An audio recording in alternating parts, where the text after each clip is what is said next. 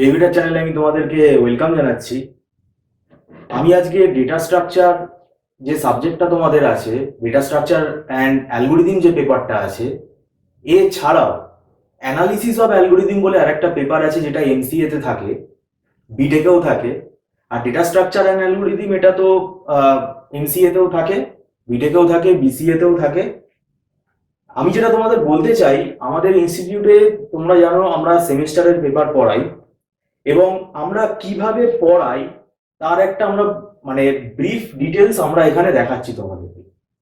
এবার ব্যাপারটা যেটা হচ্ছে, আমরা যেটা ক্লাসে পড়াই সেটা তো একটা অনেক টাইমের ব্যাপার থাকে, সেখানে আমরা ইলাবোরেটলি সেটা ডিফাইন করি।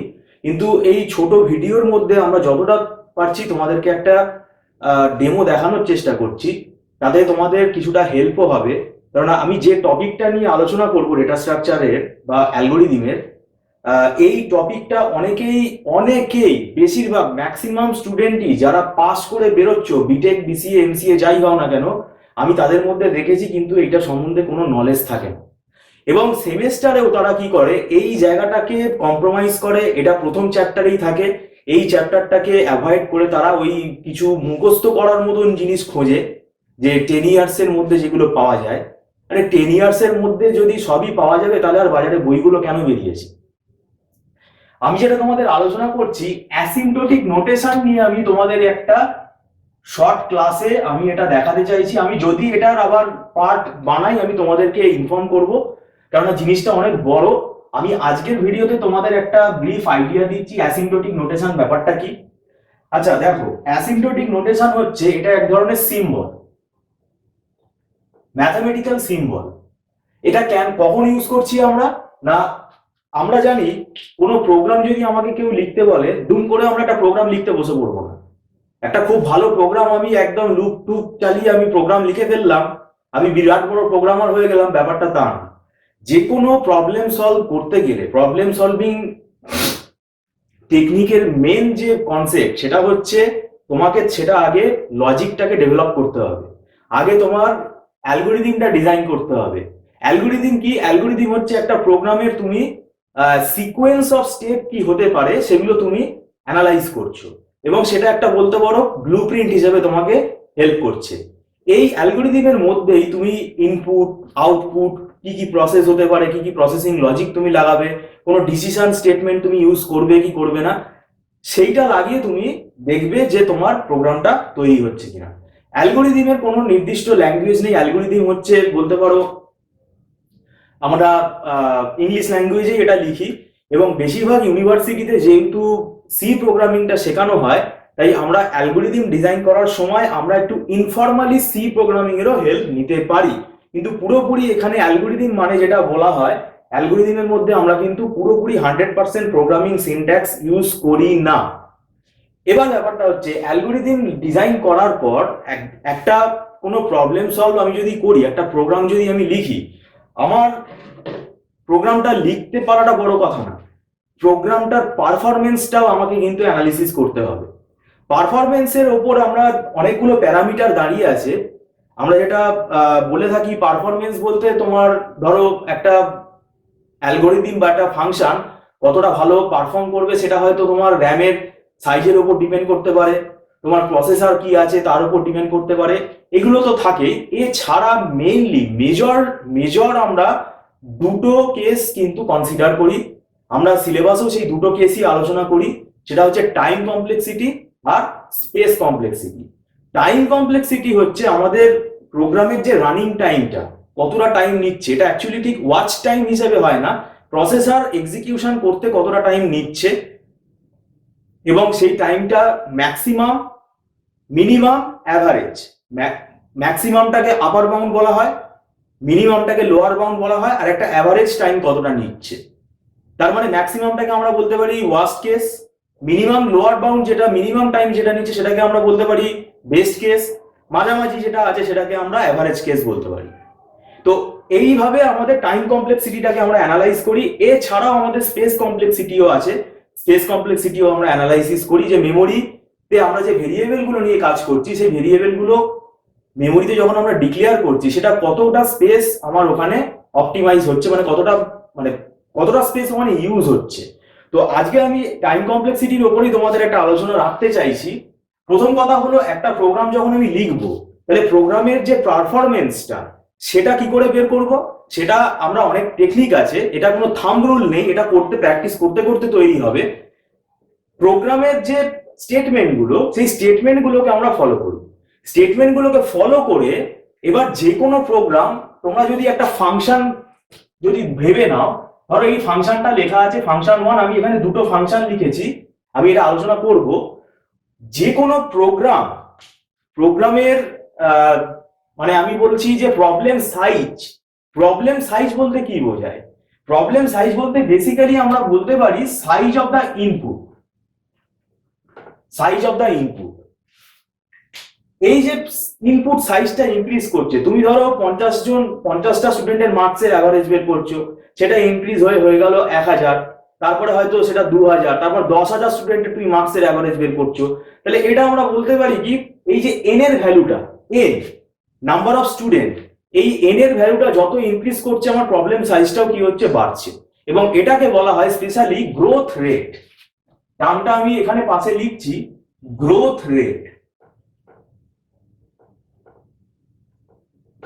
Rate of function. মানে depending upon the input size, ফাংশনটা কতটা ইনক্রিজ করছে। বাট ইনক্রিজটা কিন্তু দেখতে হবে অ্যাসিম্পটোটিক্যালি কতটা ইনক্রিজ করছে। আচ্ছা, এবার অ্যাসিম্পটোটের কথায় আবার চলে আসি। অ্যাসিম্পটোটিক নোটেশন হচ্ছে, তাহলে আমরা যখন কোনো একটা ফাংশনের রানিং টাইম বা টাইম কমপ্লেক্সিটি বের করব, সেটা কিন্তু অবভিয়াসলি কিন্তু একটা in the form of function আমরা বের করব। যেমন 1 নাম্বার যে ফাংশনটা, এই ফাংশনটার আমরা যদি রানিং টাইম বের করি, এটাকে ধরে নাও আমরা একটা ধরে নিচ্ছি function F of N equal to something বেরোবে। আবার যখন 2 নম্বর ফাংশনটা আমরা ক্যালকুলেট করব, 2 নম্বর ফাংশনটা মনে করো এটাও আমি এখানে লিখছি F of N equal to something বেরোবে, এবং কি বেরোবে সেটা আমি বলছি। তা এই যে ফাংশনটা বেরোবে, সেটা একটা ইকুয়েশন বেরোবে, একটা পলিনোমিয়াল ইকুয়েশন বেরোবে। কিন্তু ইকুয়েশন দেখে কিন্তু আমরা কি বলবো, সেটাকে রিপ্রেজেন্ট করতে পারবো না। তাহলে এই যে রানিং টাইম বা টাইম ফাংশন, যেটা টাইম ফাংশন, সেটাকে 3টে কেস আমি যে বললাম, worst case, best case, average case, এই 3টে কেসে রিপ্রেজেন্ট করতে গেলে আমাদের অ্যাসিম্পটোটিক নোটেশনের একটা হেল্প নিতে হয়। এটা একটা সিম্বল। তাহলে আমাদের কটা অ্যাসিম্পটোটিক নোটেশন সিম্বল আছে? 3টে অ্যাসিম্পটোটিক নোটেশন সিম্বল আছে। একটা হচ্ছে বিগ ও, একটা বিগ থিটা, একটা বিগ ওমেগা। বইয়ের ল্যাঙ্গুয়েজ আমি এখানে আলোচনা করছি না, বইয়ের ল্যাঙ্গুয়েজে আরো অনেক রকম ডিটেলসে আছে। আমি একটা ওভারভিউ দিচ্ছি। এই ওভারভিউটা তোমাদের যদি মাথায় থাকে, যে বিটেক পাস করবে, যে বিসিএ পাস করবে, যে এমসিএ পাস করবে, শুধু আমার আজকের এই ভিডিওটা যদি তোমরা ভালো করে দেখো, তাহলে অ্যাটলিস্ট আমি বলছি তোমাদের এই অ্যাসিম্পটোটিক নোটেশন সম্বন্ধে আর কোনো মানে ড্রব্যাক থাকবে না, কোনো ডাউট থাকবে না। যদিও আজকে আমি হয়তো বিগ ও নোটেশনটাই বলবো, পরবর্তী কোনো একটা ক্লাসে আমি আবার বিগ ওমেগা, বিগ থিটাটা নিয়েও আলোচনা করবো, কারণ এটা একটা ভাস্ট টপিক।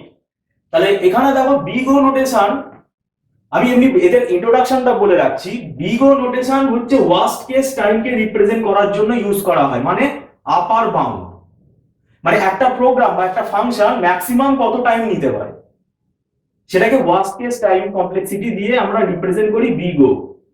মানে বিগ ও এটা একটা নোটেশন, এটা ইন দা ফর্ম অফ ফাংশনই আমরা লিখি। তারপরে আসছে বেস্ট কেস মানে হচ্ছে লোয়ার বাউন্ড, মানে সব থেকে কম কতটা সময় নিচ্ছে একটা প্রোগ্রাম, কতটা সময় নিচ্ছে, সব থেকে কম কতটা সময় নিচ্ছে। তাহলে সেটাকে আমরা লোয়ার বাউন্ড রিপ্রেজেন্ট করার জন্য যে টাইম ফাংশনটা আমরা এখানে ক্যালকুলেট করিনি এখনো, করব, সেটা আমি এখানে সিম্বলিক্যালি, যদি অ্যাসিম্পটোটিক সিম্বল দিয়ে আমাকে রিপ্রেজেন্ট করতে বলে, তাহলে এই 3টে সিম্বলের মধ্যে যে কোনো একটা সিম্বল আমাকে ইউজ করতে হবে। আর থিটা হচ্ছে এটা অ্যাভারেজ কেস টাইমকে রিপ্রেজেন্ট করার জন্য। এবার এদের ম্যাথামেটিক্যাল ডেফিনেশন আছে, আমি শুধু আজকে বিগ ওর ম্যাথামেটিক্যাল ডেফিনেশনটাই তোমাদেরকে বলছি। বিগ ওর ম্যাথামেটিক্যাল ডেফিনেশনটা কিছুই না, এটা হচ্ছে if F N be a function, F N একটা যদি ফাংশন হয় এবং সেটা যদি less than equal to C into g n যদি হয়, less than equal to C into g n, যেখানে সি একটা কনস্ট্যান্ট এবং সেটা একটা পজিটিভ কনস্ট্যান্ট গ্রেটার দ্যান 0, তাহলে ফর এনটা এখানে তুমি কি বলতে পারো, ইনপুট সাইজ বলতে পারো। তাহলে for all N greater than N zero, N zero হচ্ছে একটা ইনিশিয়াল ভ্যালু, একটা স্টার্টিং ভ্যালু। কেননা আমরা যখন কোনো একটা লুপ স্টার্ট করছি, যেমন এখানে দেখো লুপটা স্টার্ট হচ্ছে জিরো থেকে, তাহলে একটা এন এর এই যে এটা আপ টু এন অবধি যাবে, তাহলে এন ইনপুট সাইজ যেটা আছে সেটা এন এর তো একটা বেসিক ভ্যালু থেকে স্টার্ট হবে, একটা স্টার্টিং ভ্যালু থেকে তো স্টার্ট হবে। তাহলে সেই জন্যই বলছে for all N N greater than equal two, যদি এন জিরো হয় মানে ইনিশিয়াল ভ্যালু থেকে এন এর ভ্যালুটা তো বড় হবে অবভিয়াসলি, তাহলে F N equal to big O of g n আমরা এটাকে লিখতে পারি। এটাকে কি বলা হয়, জিএন যে ফাংশন মানে আরেকটা যে ফাংশন আমরা যেটা ক্যালকুলেট করলাম, তাহলে সেই ফাংশনটা যদি গ্রেটার দ্যান এফ এন হয়, এফ এন যদি less than equal to c of g হয়, সি অফ জি এন হয়, এই সি এর ভ্যালুটা এটা আমাদের ক্যালকুলেট করে বের করতে হয়। এটা একটা কনস্ট্যান্ট ফ্যাক্টর তোমরা বলতে পারো। এবার ব্যাপারটা হচ্ছে জিএন যে ফাংশনটা আছে, g n is an asymptotically tight upper bound for f n. এই জিএন ফাংশনটাই তোমাকে একটা টাইট আপার বাউন্ড দিচ্ছে, মানে প্রোগ্রামের যেটা মানে ম্যাক্সিমাম রানিং টাইম, ম্যাক্সিমাম ওই অবধি পৌঁছাচ্ছে প্রোগ্রামটা, মানে ওয়ার্স্ট কেসে অতটাই মানে ওর থেকে খারাপ আর হবে না, মানে ওয়ার্স্ট কেসে এই টাইমটাই লাগতে পারে। তাহলে সেটাকে আমরা বিগ ও নোটেশন দিয়ে ডিনোট করি। এটা ফাংশনটা, এই ফর্মুলাটা মনে রাখতে হবে। এই ফর্মুলাটার উপর অনেক রকম নিউমেরিক্যাল আছে। এবার যেটা পরীক্ষায় আছে, যেটা তোমাদের আমি বলছি গেটেও কিন্তু এই ধরনের কোয়েশ্চেন দেয়, গেট এক্সামে, ওখানে কিন্তু টাইম তোমরা পাবে না, ওখানে তোমার যদি লজিক কনসেপ্ট ক্লিয়ার না থাকে পাবে না। এবং এই কোয়েশ্চেন গুলোই সেমেস্টারের এক্সামেও কিন্তু আসে, সেখানেও এমসিকিউ প্যাটার্নে আসে, ম্যাক্সিমাম স্টুডেন্ট কিন্তু ছেড়ে দেয় এগুলো। ফাংশন ওয়ানটা দেখো, এটা টাইম কমপ্লেক্সিটি আমরা যদি বের করি, তাহলে দেখো এখানে যে একটা লুপ আমরা লিখেছি, এই লুপটা আর এখানে ফাংশনের আর্গুমেন্টটা হচ্ছে এন, ইনপুট সাইজ আমরা এন ধরে নিচ্ছি। তাহলে এটা লুপটা ভেতরে ইটারেট করছে i ইকুয়াল টু 0 থেকে n অবধি, i লেস দ্যান n। তাহলে এই যে প্রবলেম মানে এই যে ফর লুপের যে এই কন্ডিশন, যে এই লাইনটা, এই স্টেটমেন্টটা, এটা তাহলে আমরা বলতে পারি এটা কতবার এক্সিকিউট হবে, এটা n+1 টাইম এক্সিকিউট হবে। এটা আমরা রাফলি বাইরে লিখছি। এবারে দেখো ভেতরে স্টেটমেন্ট যা খুশি হতে পারে, আমরা একটা ধরে নিলাম কোনো একটা স্টেটমেন্ট ভেতরে আছে। এবারে এই স্টেটমেন্টটা তাহলে কতবার এক্সিকিউট হবে, এই স্টেটমেন্টটা কিন্তু n টাইম এক্সিকিউট হবে। কেন না, লাস্টের বারে যখন কন্ডিশনটা চেক হবে, চেক হয়ে সেটা ফলস হলে লুপটা টার্মিনেট করে যাবে, তখন তো আর এই ব্লকের ভেতর ঢুকবে না। তাহলে এই কন্ডিশন চেকিংটা n+1 টাইম নিচ্ছে, আর এই স্টেটমেন্টটা এক্সিকিউট হচ্ছে কবার, n টাইম। তাহলে time complexity as a function আমরা কি করে এখানে বের করব না, n+1 প্লাস n। তাহলে এটা আমাকে কত দেবে, এটা আমাকে দেবে ইকুয়াল টু 2n+1। এইটা অনেকে শুধু n লিখতে পারে, মানে এই n+1 এটাকে অ্যাভয়েডও অনেকে করে, অনেকে এটাকে just fn equal to n ও লিখতে পারে। আচ্ছা, আমি যদি এইটাকে কনসিডার করি, n+1টাকে যদি কনসিডার করি, তাহলে n+1 প্লাস n যদি হয়, তাহলে এটা 2n+1। তাহলে এটা একটা কি, এটা একটা ইকুয়েশন আমরা বলতে পারি, পলিনোমিয়াল। এখানে হাইয়েস্ট ডিগ্রি কত, এখানে হাইয়েস্ট ডিগ্রি বলতে হাইয়েস্ট ডিগ্রি টার্ম এখানে n, n এর পাওয়ার 1, তাহলে এই টার্মটাই এখানে হবে। তাহলে এটা হচ্ছে টাইম ফাংশনটা। কিন্তু এটাকে এখন যদি আমরা অ্যাসিম্পটোটিক নোটেশনের রেসপেক্টে যদি রিপ্রেজেন্ট করতে চাই, তাহলে আমরা এটাকে যদি বিগ ও দিয়ে রিপ্রেজেন্ট করতে চাই, তাহলে এটা কিভাবে লিখবো, বিগ ও অফ এই কনস্ট্যান্ট গুলো আমরা বাদ দিয়ে দিই, এই যে 1, এখানে যে কোএফিসিয়েন্ট 2, এগুলোকে বাদ দিয়ে দিই, তাহলে পড়ে থাকছে n। তাহলে আমার টাইম ফাংশনটা যদি এইটা হয়, তাহলে আমার টাইম কমপ্লেক্সিটি কি হবে, big O of n। Time complexity আমার হয়ে যাবে বিগ ও অফ n, এটাই হবে আমার অ্যান্সার। তাহলে এটা হচ্ছে আমার টাইট আপার বাউন্ড। তাহলে এই প্রোগ্রামটা আমার আপার বাউন্ড বেরোচ্ছে বিগ ও অফ n। তাহলে আমার ডেফিনেশন এটা স্যাটিসফাই করছে।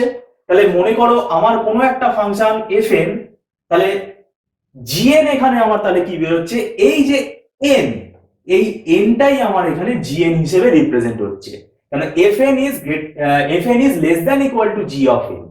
তাহলে এই gnটাই আমার এখানে n রিপ্রেজেন্ট করছে, এবং এটা আপার বাউন্ড।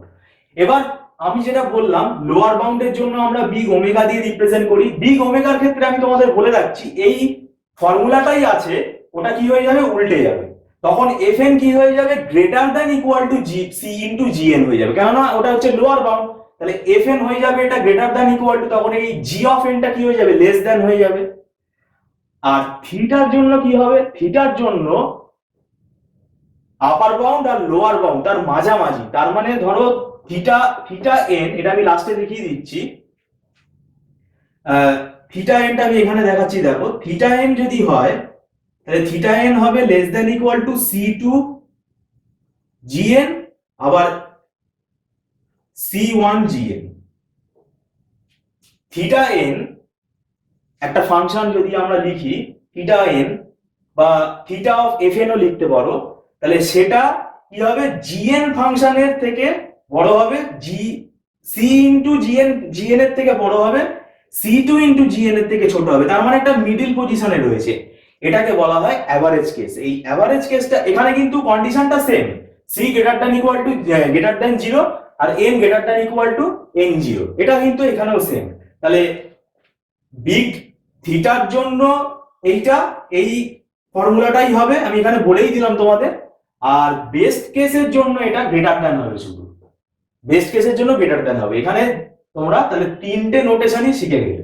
তাহলে এটা হচ্ছে অ্যাভারেজ কেসের জন্য আমরা লিখি। আচ্ছা এবারে দেখো, আচ্ছা তাহলে তোমরা দেখতে পাচ্ছ এই যে ফাংশনটা আমরা এক্সিকিউট করলাম, এখানে ইনপুট সাইজ এনটাই আমরা ধরেছি, কিন্তু আই যেহেতু এখানে ইনক্রিমেন্ট হচ্ছে আই প্লাস টু, তাহলে আইটাকে যদি অ্যানালাইসিস করি তাহলে এই স্টেটমেন্টটা কবার এক্সিকিউট হচ্ছে সেটা আমরা পেয়ে যাব। তাহলে দেখো এনটাকে আমরা ধরে নাও ফোর ধরে নিলাম, তাহলে আই ইকুয়াল টু ওয়ান দিয়ে স্টার্ট হচ্ছে, তাহলে স্যাটিসফাই করছে ওয়ান লেস দেন এন, মানে লেস দেন ফোর, তাহলে এসটিএমটি এক্সিকিউট হবে।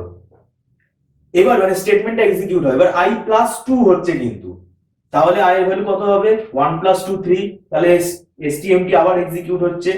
এবারে আই প্লাস টু হবে কত না, থ্রি প্লাস টু ফাইভ, কিন্তু কন্ডিশন স্যাটিসফাই হবে না, কারণ আই লেস দেন এন, তার মানে ফাইভ লেস দেন ফোর তো না, তাহলে ভায়োলেট হয়ে যাচ্ছে, তাহলে লুপের বাইরে চলে আসবে। তাহলে এখানে আর এসটিএমটি এক্সিকিউট হলো, তাহলে এসটিএমটি কবার এক্সিকিউট হলো, দুবার মানে এন এর ভ্যালু কত, ফোর, তাহলে ফোর বাই টু মানে এন বাই টু টাইম, কিন্তু আমাদের এসটিএমটি এক্সিকিউট হচ্ছে এন বাই টু টাইম, যেখানে এন এর ভ্যালু যদি ফোর হয় তাহলে ফোর বাই টু, তার মানে টু টাইম এক্সিকিউট হচ্ছে, আমরা পেয়ে গেলাম এখানে।